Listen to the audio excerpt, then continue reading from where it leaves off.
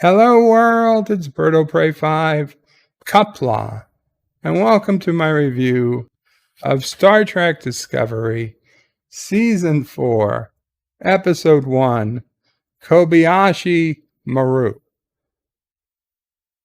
So here was my situation. I woke up this morning quite early. By chance, Little Green Men from Deep Space Nine was playing. And so I watched all of Little Green Men. And by the end of watching that wonderful episode of Deep Space Nine, I thought about, what if Season 4 of Discovery turns out to be the season? What if Season 4 turns out to be the good season? What if this is it? Okay, what if the fact that Discovery has been kicked off of Netflix completely, really meant nothing? That all these people who've been saying, oh, Discovery's making good money, they wouldn't be making Discovery if it wasn't making money, except for the fact that if Discovery was making money, Netflix would have jumped at the chance to take Picard. Netflix would have jumped at the chance to take future seasons of Discovery. Instead, Netflix wanted to be rid of Discovery so bad, not only did they stop taking it, they didn't even want to take the free shit that they were being offered. They had to be given these short tracks for them to even release them. And even then, they didn't release them as a separate series like they're supposed to be on Paramount Plus. They're just extras in the Star Trek Discovery vault or whatever. So maybe this was it. Maybe Season 4 was going to be it. But no, hint, it's not. First, of course, we get a reminder of what last season was like and the ridiculousness of the burn being caused by a Kelpian child alone on a dilithium planet, and it destroyed all ships with active warp drives, and you want to just pick your brain out of your head to make the hurt stop. But you're like, okay, maybe Season 4 is the lucky season. And so we start out with Michael Burnham, captain of the Discovery, and her boyfriend, no real official title, apparently are the only two people who've been going on away missions for the last 5 months, bringing dilithium to far-off worlds. And so it has literally been the Michael Burnham show across the galaxy. Starfleet sends Michael Burnham with the backup crew of the Discovery, but of course, everywhere they go, it's just her and her boyfriend. They don't beam down for whatever reason. They take his ship, which just ever so conveniently just happens to fit in the Discovery shuttlecraft bay by the smallest of margins. And okay, that's what they do. And they live on his ship, apparently. They live off of his ship. They land on this planet, and so they're like, they don't want any part of this. Because Michael does use the expression like, we do this, no strings attached. Because, has anyone ever used the phrase no strings attached and meant it? Because I feel like it's only the thing a scammer says. Like if I was, if I was really trying to help my argument, I would never go to the no strings attached word verbiage, because that's like saying check the fine print. No strings attached, my ass. No. So maybe Michael Burnham shouldn't be leaving her ship every fucking mission, right? Maybe the captain shouldn't be leaving the ship.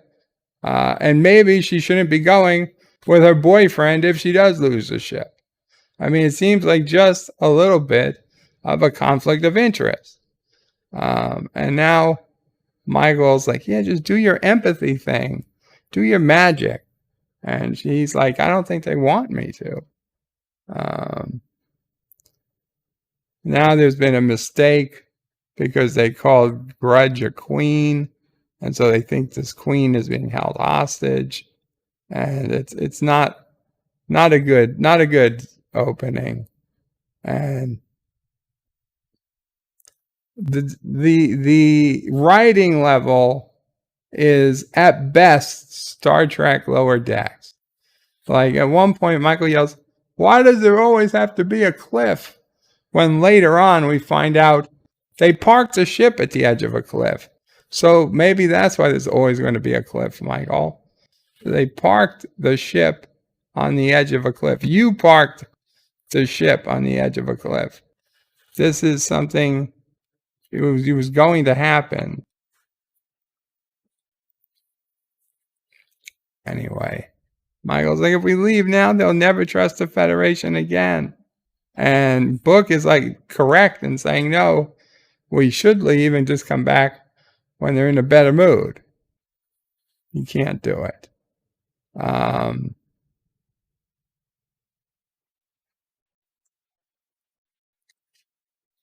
They mentioned, they try to radio the ship. The ship is like something going wrong down there. Their movement's erratic. She's like, yeah, just hold on. Then she gives she's like, oh, something's wrong with them. They should be able to get better shots in at us because they got shot at 5 or 6 times without dying. She hasn't realized she has plot armor yet. So she tries to tell the ship to figure out why they can't shoot. And of course, within 2 minutes, this science question is answered because these alien beings deal with these satellites to help find their way around, and they never adjusted it for 200 years for planetary drift or star drift, and whatever. Now they're having this nerd off between I'd want to call it gray, between what's her face and what's his face, Stamets, and the Trill. Apparently the Trill, or the human Trill, Joba, whatever, he used to love birds. So he's like, did you know birds have magnesite in their beak? Yes, everybody knows about birds having magnesite. Okay, we wouldn't have gotten this far as nerds if we didn't know that one. So apparently this is just their daily routine. He Stamets and I'll remember her. Its name at some point. But Stamets and her trade insult, and then they solve the problem under the watchful eye of Commander Ensign Tilly. Although we find out even Tilly has had a promotion in the past 5 months. She's now a lieutenant. So good for her, Tilly. For the photo they choose to use of you, and by photo I mean video. It's a short video. It's doing you no favors. Nobody can really argue with that. So Michael and Book give them the lithium anyway, despite them being chased off the planet. And of course, the guy beams himself up, since it's for communications than anything else. And He's like, how are you going to live yourself with passing up this offer? And that's it. Screen goes to black. Whatever. The emperor then hails, and he says, you did not have a pleasant experience on my planet. And Michael's like, you're right. And it's like, well, you still gave us your dilithium. And Michael says, yeah, because we're the Federation. It's what we do. And she has to go, so they spore drive, or they get an emergency call, whatever reason, they spore drive back to base. Apparently they were planning, Michael was planning on addressing the first batch of cadets at Starfleet Academy they've had in 125 years. Where are these cadets going for the last 125 years, if not Starfleet Academy? Like, seriously. Because if you need officers on your ships, if you need people to replace your technology, you need people. You should have kept the school going the entire time. Granted, at a much reduced schedule, but to say it's the first Academy graduates you're going to have in 250 years, something's wrong there. Very, very wrong. Anyway, we get a slightly updated intro for the season. Nothing particularly fancy. I don't think the dots have as big a hand in this one. No, they don't. They seemingly do not. So we find ourselves on Qapla, the kelp planet, where Saru and Qapla, the crazy guy who caused the burn, are all living. And of course, in this world, he and the Barul or whatever, they're of course in peace, and they've split the planet, and everybody's happy. But the way they go about it is that Saru comes up and says there's no danger for another burn. The science is quite clear on it. The science is settled. The science is settled.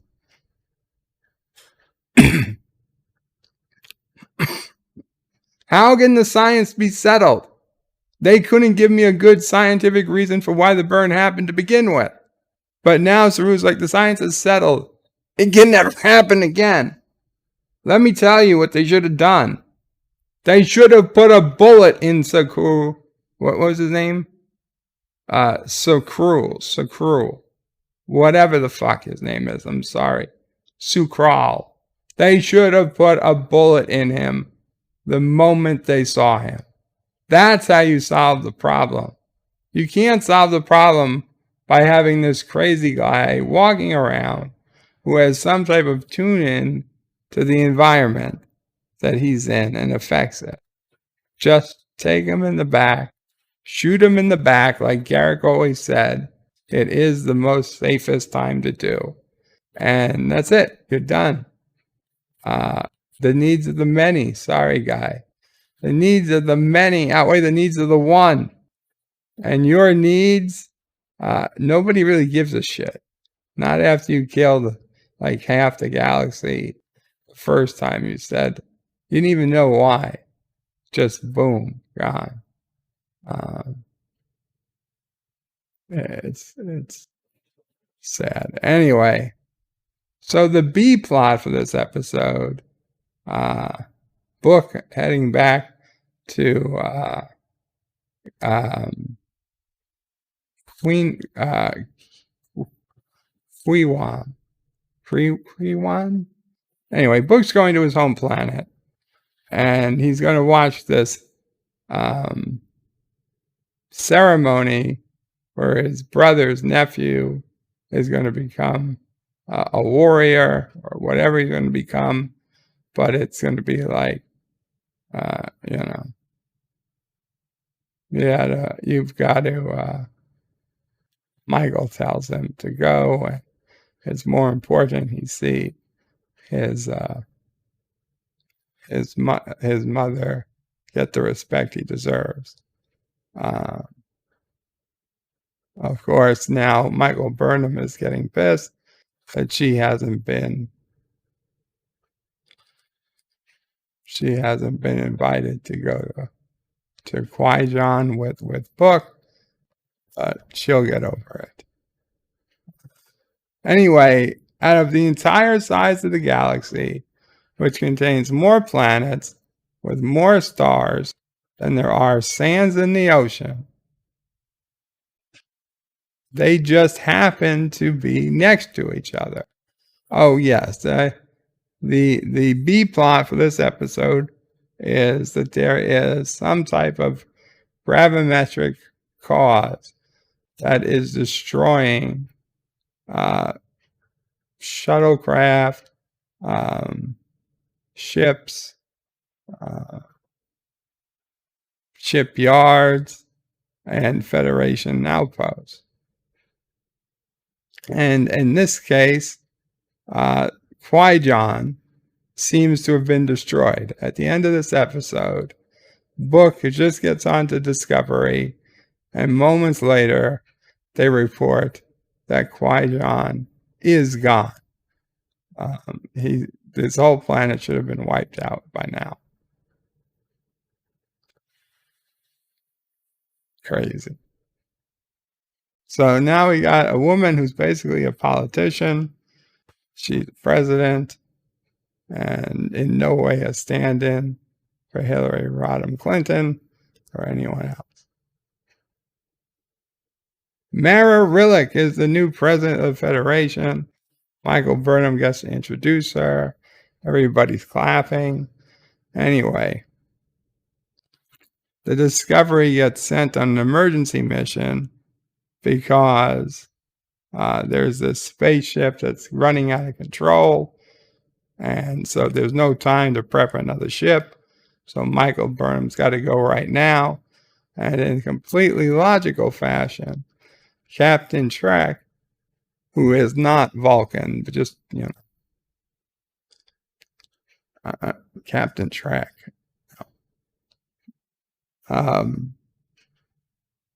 Jesus Christ.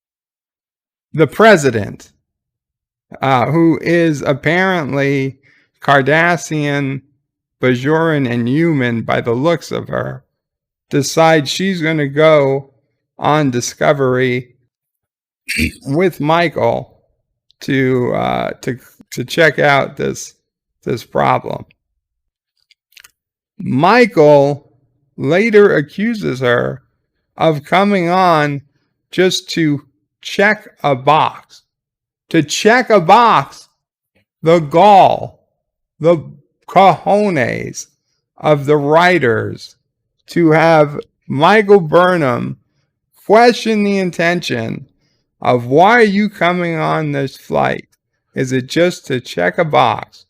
When the entirety of STD season 3, and indeed all seasons, seem to just be to check new fucking boxes.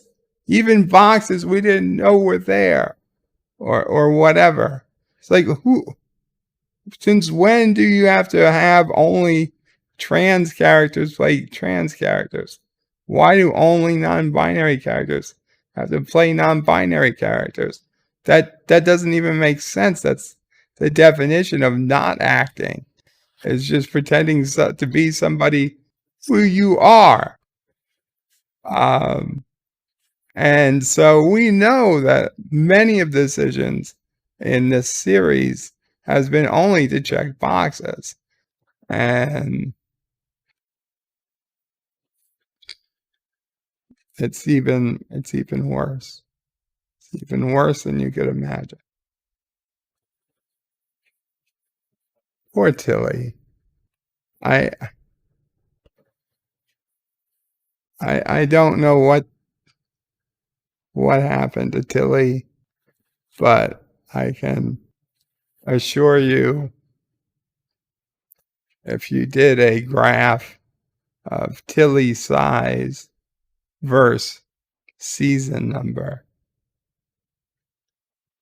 I say she's on course to be heavier than I am in one season at this point.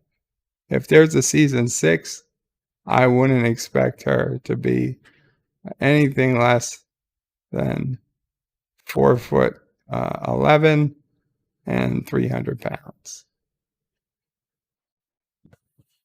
It's crazy. Her only job, really, an actor and actress's only job, physical job, is to basically keep looking like they did the year before to the best they can. She doesn't.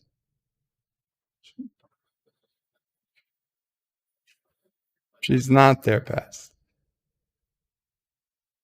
In fact, it kind of backfired that they did this whole food subplot around her.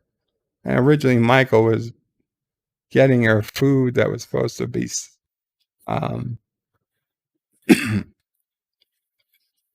keep her weight down and make her feel good and all that stuff. And, just stopped. Just stopped one day. I don't know. I don't know if it's ever going back.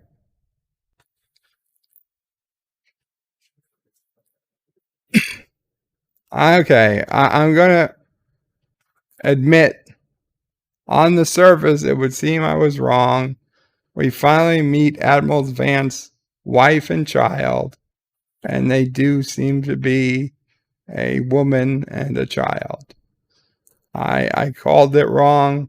I thought we were going to get a secret surprise from Admiral Vance, but no, he appears to just be a straight whitish man.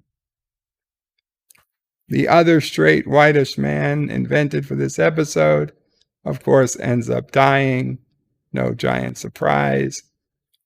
Okay, so the president is like,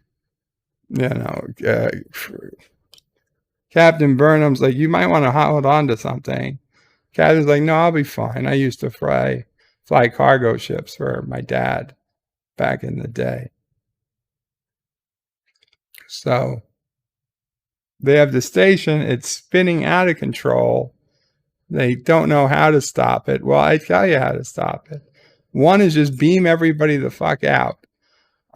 They can do that even in the 20th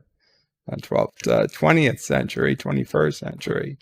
They could beam the people out. They don't have to be straight or steady to beam them out. For whatever reason, this isn't a solution. They go back and forth, and the president eventually, and this is really an episode where the president and Michael Burnham don't have mutual respect for each other. And they don't do a great job at earning it either. So Book found his brother last season. Book's brother and his son, they're coming to the forest because the son needs to get some sap juice and some blood of his family member. And he'll always remember to be how to get home, or how to get it, where home is. Anyway, the kid's pretty smart. He's like, well, where's our uncle's rat? And he's like, yeah, let's just do this one at a time. Meanwhile, I'm pretty sure we see a red blob come out of the page cutter. Yeah. So they do this beautiful ceremony, and it's all for nothing because the whole planet gets destroyed. How does the planet get destroyed? Unclear, but clearly by the same gravity anomaly that just happened to strike Discovery, who just happened to be one system over from the Quajon system. One system in a galaxy where we were reminded that there are more shades of, more strands of grains of sand than there are stars in the sky. That's the galaxy where we're supposed to believe two random daggers were thrown on opposite sides and both somehow met together. And that's what the episode crossover we get. It's very upsetting.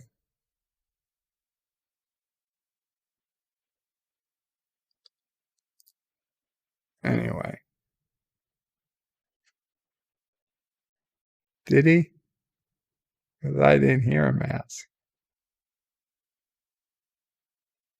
Oh, so birds are leaving. So let's go figure out why. Oh, hint. Did you know birds have magnesite in their beak? Oh, different crew? I forgot. Okay. So something must have hit them because all Tilly's got is slight magnification of the hull. Okay, this is an Admiral wherever from deep space, repair base 6.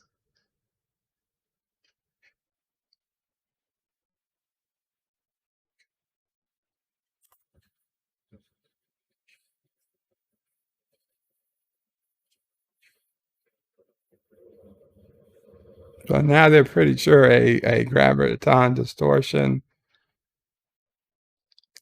hit the side of the station.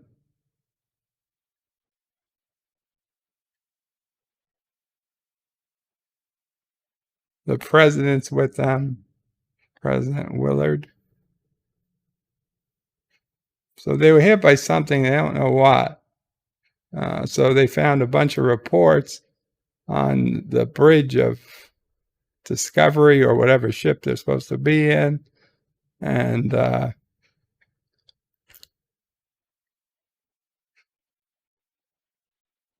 it's not good. Not good.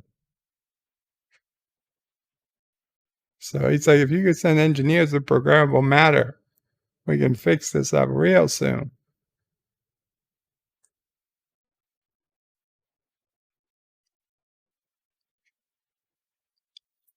So Akira.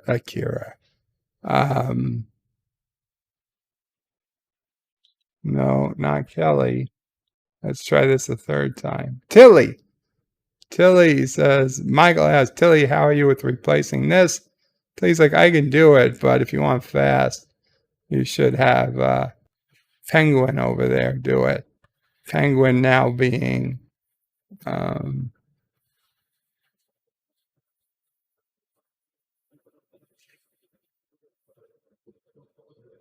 Adira.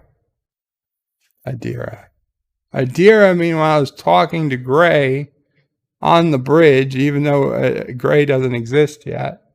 He might never. And nobody seems to care that she's talking to herself. And the captain is still like, yeah, you're going to go along on this suicide mission. And, you know, good luck. And that's it. Of course, once they land, the guy who was pissed at the beginning is even more pissed. And he's like, meanwhile, we find out he's about to hunch over and die.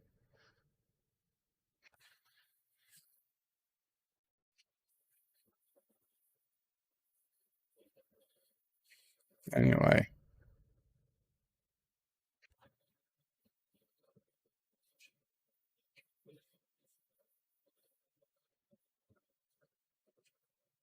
It says, welcome to our gravity nightmare. So he has the gall to stop a woman from doing something. And you know what that means. Whitish male alien stops woman from completing her job. He's not meaning to be rude, only trying to protect his crew. Um, Not great, because you know what's going to happen to him. The same thing that happened to the last man who dared question Captain Burnham. Uh, Death, like death by worker bee. And Michael Burnham goes down worker bee, and we're all like, yes, yes, kill her, kill the bitch, kill her, kill her. No, it's there's a night and day difference between writing in an episode like this, which is a good episode for Discovery, and writing for a Deep Space Nine series, which is night and day above. Night and day above. By the end of this episode, we find out that the president was really thinking of looking at captains for a brand new starship with a brand new type of drive. 1Y. We have the best drive ever invented. Apparently, this mushroom drive can take you anywhere. You can see anything. Of course, they're hitting an Oort cloud that they didn't know was there. And Michael Burnham doesn't know that this Oort cloud previously just hit Qui-Gon. It wasn't until Book actually shows up do they seem to realize where they are. Oh, it blew out the Heisenberg compensator in the transport. Well, that's not enough time to make a new one.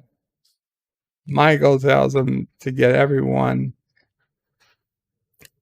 away. They need all the power they can muster.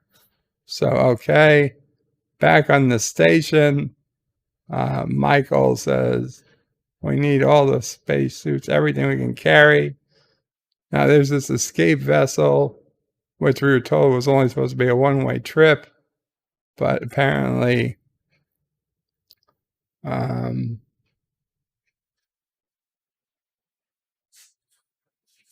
apparently, one of them is basically a doctor and do this all from book memory. And that's it. The president is questioning their decision, yes. We find out later that the president was looking for new candidates for a new ship with an even better warp drive. And like, well, why would you have to go better than why would you have to go better than jump drive? Is there even anything better than jump drive? I'd argue there isn't. And I argue that you couldn't build anything better than jump drive. But you're going to upgrade Voyager and other ships. So now Saru is saying, in your time, you might not have been able to do the thing. But in their time, both aliens have legitimate claims to the planet. And that's it. Sakruel is saying how he's got other friends. And Saru is saying, I've got to. I made you a promise. And this kid's like, no, really. He's like, you can go. I'm good. I'm happy. Content. And so now that gets his attention. Okay. No attention. No. He's safe. He's safe. He's like, goodbye. Get the fuck out of here. You don't have to go home, but don't stay here. He wants his freedom.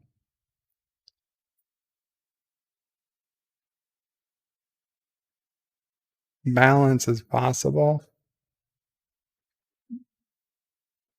Yeah, this is the dialogue differences between this and DS9 are stunningly huge, and not in a good way.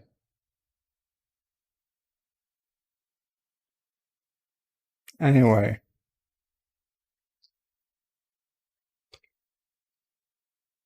Michael finally does come to believe that the president was mostly honoring her word when she brought her on, but invited herself on. But Michael and the president don't seem to agree as to what the president can do. Because the president said she was really looking for a new captain for the new class of starship, but that Michael clearly isn't ready yet. And Michael takes great offense to this and says, first off, bitch, I wouldn't have taken your job even if you had offered it, because Discovery is my home. But earlier in the episode, the same episode, she twice asked the captain, are you removing me from the captaincy? And twice the captain said no, she wasn't. So how do you not take somebody out of command of themselves if you really think they're that crazy?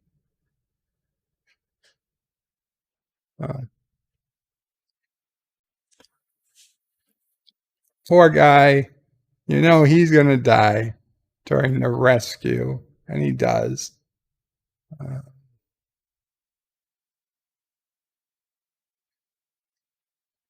Till he pushes him back, as she can't allow him to take his crew on a suicide mission.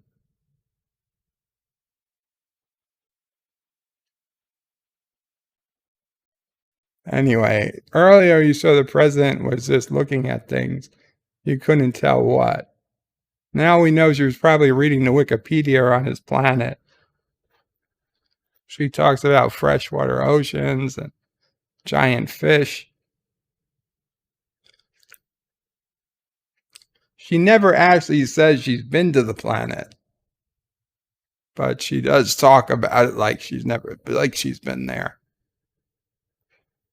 Michael Burnham finds offense with this later. And she's like, was that even real talk, or you were just lying to him? She's like, would it matter? And she's absolutely right. It wouldn't have mattered. If there was dilithium in the chamber, it should have blown up with the burn. Earlier in the episode, those butterfly people, we find out their satellites use dilithium. And that's why their satellites have been not working. Shouldn't those satellites have been destroyed? Now they're just sitting there.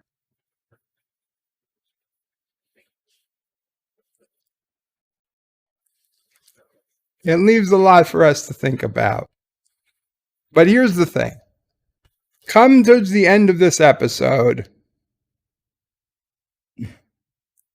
actually, come the middle of this episode, the president and Michael, they do a good speech.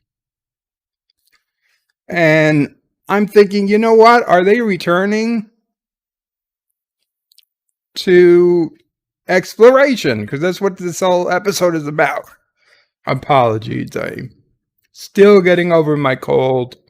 By next week, I should be back in business. But the whole point is, they gave this great speech about bringing Starfleet back to exploration. And for a minute, I was convinced that we were going back to good Star Trek where they go to where man has never been before. And because they got to come out and say it. I mean, they don't say man, they say one, but you know what they mean. And you're like, yeah, you know what? This could work. This could be a season where we go back and do exploration. And this whole season is not about a giant thing that's going to destroy the universe if we don't take care of it and beat it with a Michael Burnham Care Bear stare. But it's only for a minute because I know and I've read spoilers on the season. And I know Anti-Tracker, Salty Tracker. This is why he avoids them. The truth is that was never in the cards. This was going to be and always was another season of another giant bad thing that's going to destroy the universe if Michael Burnham herself can't fix it. And that's what we're going to get. It was only my own quest for some type of light, some type of positivity, that it make me think it was even possible we might get a good season of Star Trek in Star Trek Discovery. It's not happening, people. They make you think that this is it. This is the season where we go back to exploration. The Federation has come back together 125 years after the burn. The Starfleet Academy is reopened. Starfleet is back in business, back in exploration. This is the Trek we all wanted to see. New spaceships, new propulsion designs. This is going to be it. This is going to be wonderful. And by the end of the episode, fuck you. Guess what? More seasons of nihilism, more dark futures, another thing destroying everything. And by the end of the fucking episode, Qui-Gon is fucking gone, destroyed. The entire fucking planet, Booker's whole family, including his little nephew and his brother, dead. All the fucking cute animals on Qui-Gon, dead. The planet hit by some fucking mass of energy, density, whatever, turned into a fucking pit of boiling lava. There's no hope. There's no hope to be found in this season of Discovery. 3 out of 10.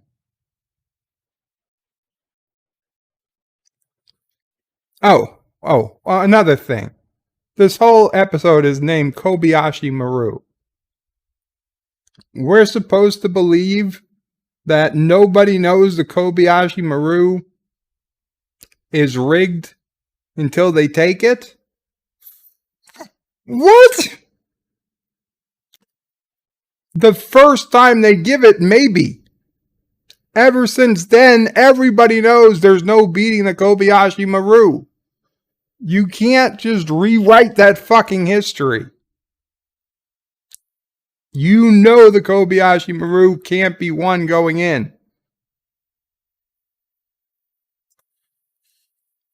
Don't tell me that everybody thinks they can beat it. It's bullshit. I'll see you next week. Qapla.